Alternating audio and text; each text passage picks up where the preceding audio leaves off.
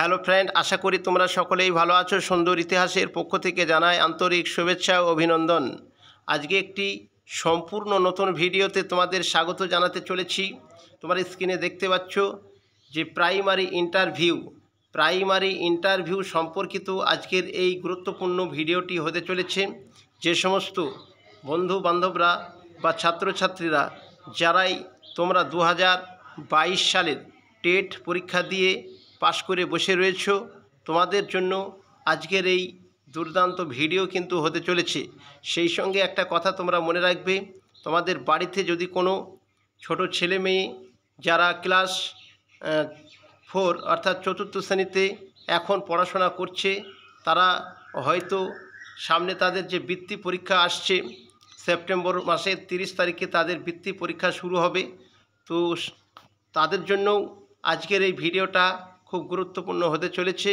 যে সমস্ত primary interview ছাত্রছাত্রীরা তোমরা রয়েছো, তোমাদের বাড়িতে যদি এই ধরনের চতুর্থ শ্রেণীর কোনো ছাত্রছাত্রী পড়াশোনা করে থাকে, তোমাদেরকে বলবো তোমরা অবশ্যই তোমরা নিজে ভিডিওটা দেখার সঙ্গে সঙ্গে তাদেরকেও এই প্রশ্নপত্রগুলো কিন্তু তাদের সামনে তুলে ধরবে, যাতে করে তারা তাদের বৃত্তি পরীক্ষাটাকে ভালোভাবে প্রস্তুতি নিয়ে এগিয়ে যেতে পারে।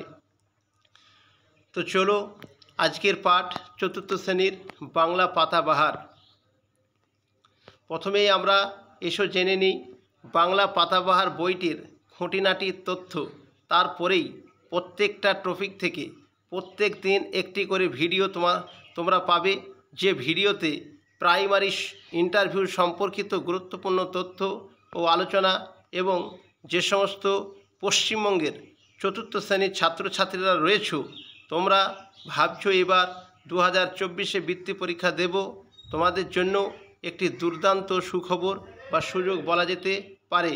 কারণ যে ধরনের প্রশ্নপত্র বৃত্তি পরীক্ষায় আসে, সেই ধরনের প্রশ্নপত্র এই ভিডিওতে থাকবে।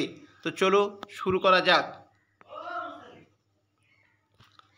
জাতীয় পাঠ্যক্রমে রূপরেখা 2005 NCF 2005। তো এই যে 2005 জাতীয় পাঠ্যক্রমের রূপরেখা, এটাতে ইংরাজিতে বলা হয় NCF অর্থাৎ ন্যাশনাল কারিকুলাম অফ ফ্রেমওয়ার্ক। এই ন্যাশনাল কারিকুলাম ফ্রেমওয়ার্ক 2005 এবং শিক্ষার অধিকার আইন RTE 2009 অর্থাৎ শিক্ষার অধিকার আইন RTE। এই RTE এর ফুল ফর্ম যেটা রাইট টু এডুকেশন। তোমরা জানো যে এই আইনে যে সমস্ত পড়াশোনা বা যে সমস্ত বিষয়গুলো প্রাইমারিতে মানে প্রথম শ্রেণী থেকে একদম অষ্টম শ্রেণী পর্যন্ত ছাত্রছাত্রীদেরকে বিনামূল্যে একটা পড়ানোর ব্যবস্থা কিন্তু করা হয়েছে।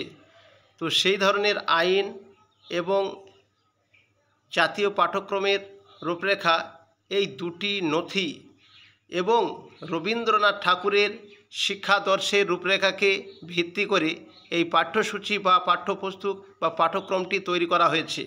চতুর্থ শ্রেণীর বাংলা বইয়ের কেন্দ্রীয় ভাবমূল হল রোমাঞ্চকর অভিজ্ঞতা ও খেলার জগৎ। চতুর্থ শ্রেণীর বাংলা বইয়ের কেন্দ্রীয় ভাবমূল হল রোমাঞ্চকর অভিজ্ঞতা ও খেলার জগৎ। যেগুলো আমি আন্ডারলাইন করে রেখেছি, অর্থাৎ দেখতে পাচ্ছ তোমরা নিচে দাগ দেওয়া রয়েছে, এই অংশগুলোকে তোমাদের ইন্টারভিউয়ের জন্য খুবই গুরুত্বপূর্ণ আমি মনে করছি। তোমাকে প্রশ্ন করাই হতে পারে যে চতুর্থ শ্রেণীর বাংলা বইয়ের কেন্দ্রীয় ভাবমূলটা কী ছিল। তখন তোমাকে বলতে হবে যে রোমাঞ্চকর অভিজ্ঞতা ও খেলার জগৎ। তাছাড়া দেখো, বইটিতে বিভিন্ন রচনার মধ্য দিয়ে শিক্ষার্থীর বাংলা ভাষায় সামর্থ্য অর্জনের দিকটাকেও ফুটিয়ে তোলা হয়েছে। সেই সঙ্গে কীর্তালি নির্ভর অনুশীলন, সঙ্গীত, ছবি আঁকা, অভিনয়, হাতের কাজ প্রভৃতি আনন্দময় উপকরণকেও সুন্দরভাবে সংযোজিত করা আছে এই বইটাতে। বইটি নির্মাণ করেছেন বিপ্লব মণ্ডল, দীপেন্দু বিশ্বাস, অনুপম দত্ত, পিনাকি দে। বইটির প্রচ্ছদ ও অলঙ্করণ করেছেন যুধাজিৎ সেনগুপ্ত। অবশ্যই এই আন্ডারলাইন করা অংশগুলোকে তোমাদেরকে ভালোভাবে মনে রাখতে হবে। তোমাকে ধরতে পারে যে বাংলা চতুর্থ শ্রেণীর বাংলা বইয়ের প্রচ্ছদ ও অলঙ্করণ করেছেন কে? প্রচ্ছদ অলঙ্করণ করেছেন যুধাজিৎ সেনগুপ্ত। তো চলো আজকের প্রথম টপিকটায় যে প্রশ্নগুলো এখানে তুলে ধরা হয়েছে একবার আমরা দেখে নিই। প্রথম টপিকে থাকছে সবার আমি ছাত্র, কবি সুনির্মল বসু। তোমাদেরকে যেটা প্রথমেই মনে রাখতে হবে যে সবার আমি ছাত্র কবিতাটি কার লেখা?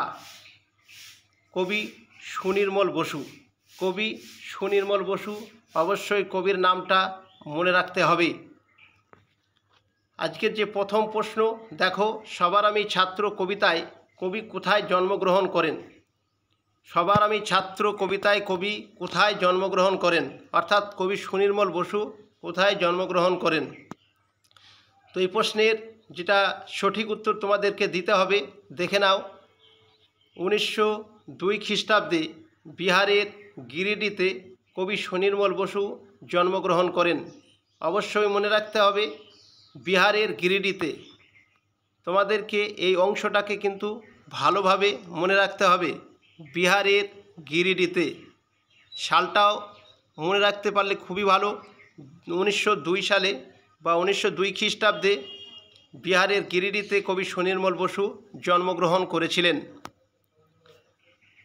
তারপরের প্রশ্ন আমরা দেখে নেব। 2 নম্বর প্রশ্ন, সবার আমি ছাত্র কবিতায় মৌন কথাটির অর্থ কী বোঝানো হয়েছে? সবার আমি ছাত্র কবিতায় মৌন কথাটির অর্থ কী বোঝানো হয়েছে? তো এই প্রশ্নের যেটা সঠিক উত্তর হয়ে যাবে, দেখো এই প্রশ্নের সঠিক উত্তরটা হয়ে যাচ্ছে নীরব। নীরব থাকার কথা কিন্তু বলা হয়েছে।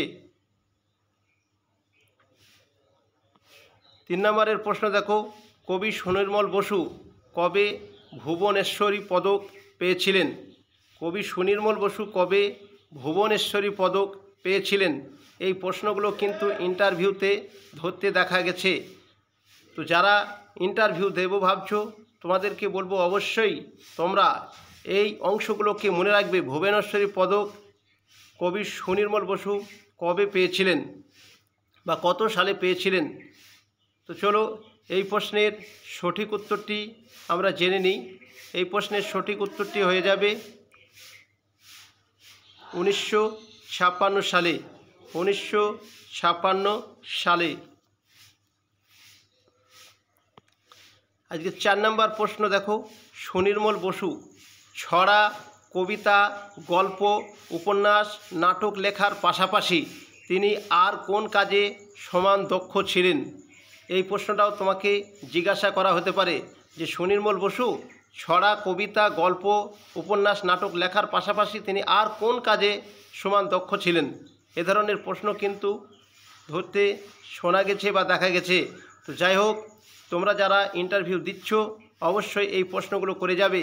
আর তোমাদের বাড়িতে যে সমস্ত ছোট ছেলেমেয়েরা বা ভাই বোনরা রয়েছে তারা যদি বৃত্তি পরীক্ষা দেয় তাদেরকেও এই প্রশ্নগুলো কিন্তু জানিয়ে দেবে বা তাদেরকে শিখিয়ে দেবে। তো চলো এই প্রশ্নের সঠিক উত্তরটা আমরা জেনে নিই। এই প্রশ্নের সঠিক উত্তরটা হয়ে যাবে ছবি আঁকা। সঠিক উত্তরটা হয়ে যাবে ছবি আঁকা।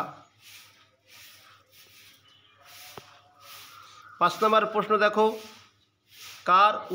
কার উপদেশে কবি দিলখোলা হন? কার উপদেশে কবি দিলখোলা হন?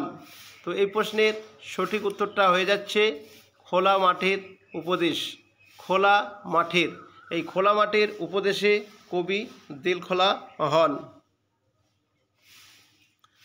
আজকে 6 নম্বরের প্রশ্ন দেখে নাও, পাষাণ। পাষাণ কবিকে কি শিক্ষা দিয়েছিল? পাষাণ কবিকে কি শিক্ষা দিয়েছিল? তো এই প্রশ্নের যেটা সঠিক উত্তর হয়ে যাবে, দেখে নাও, আপন কাজে কঠোর হওয়ার শিক্ষা। আপন কাজে কঠোর হওয়ার শিক্ষা অবশ্যই মনে রাখবে। 7 নম্বরের প্রশ্ন দেখো, সবার আমি ছাত্র কবিতায় শ্যাম বনানী বলতে কি বোঝানো হয়েছে? শ্যাম বনানী বলতে কি বোঝানো হয়েছে? তো এই প্রশ্নের সঠিক উত্তরটি হয়ে যাবে, দেখো এই প্রশ্নের সঠিক উত্তরটা হয়ে যাবে সবুজ অরণ্য। সবুজ অরণ্য। এই শ্যাম কথার অর্থ হলো সবুজ, আর বনানী হচ্ছে অরণ্য বা বন জঙ্গল। অবশ্যই এটা মনে রাখবে। 8 নম্বরের প্রশ্ন দেখো, কে কবিকে মধুর কথা বলতে শেখালো? কে কবিকে মধুর কথা বলতে শেখালো? তো এই প্রশ্নের সঠিক উত্তরটি হয়ে যাবে চাঁদ। এই প্রশ্নের সঠিক উত্তরটি হয়ে যাবে চাঁদ।